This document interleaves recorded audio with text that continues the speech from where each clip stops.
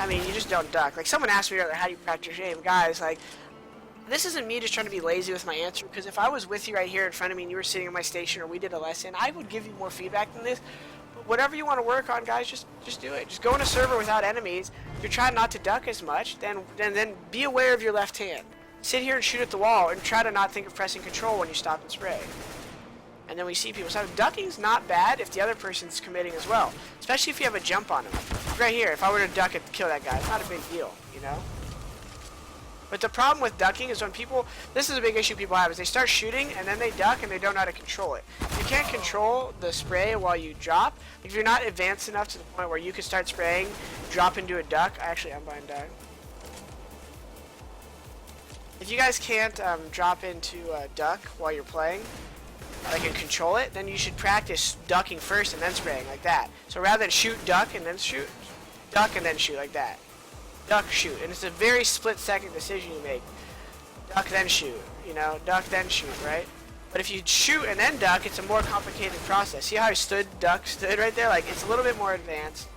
You guys need to spend some time shooting at walls, shooting at enemies. Give yourself time to absorb everything about Counter-Strike in terms of aim, like what Shroudy does, or what you see the top aimers do, what you see me do.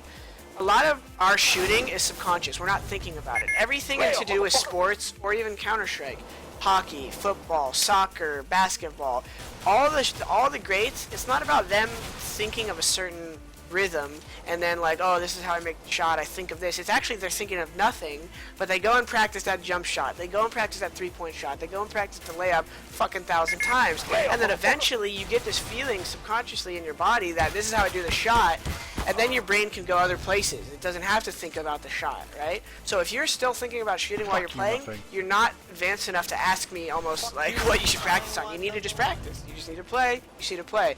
I can almost help players who are at a mid-tier, semi-pro level more than I can obviously help beginners and stuff, but sometimes those guys are the ones who make split-second wrong decisions. But if you can't even control recoil from the get-go, you shouldn't be asking me about, I don't know, mess with your sensitivity, whatever you need to.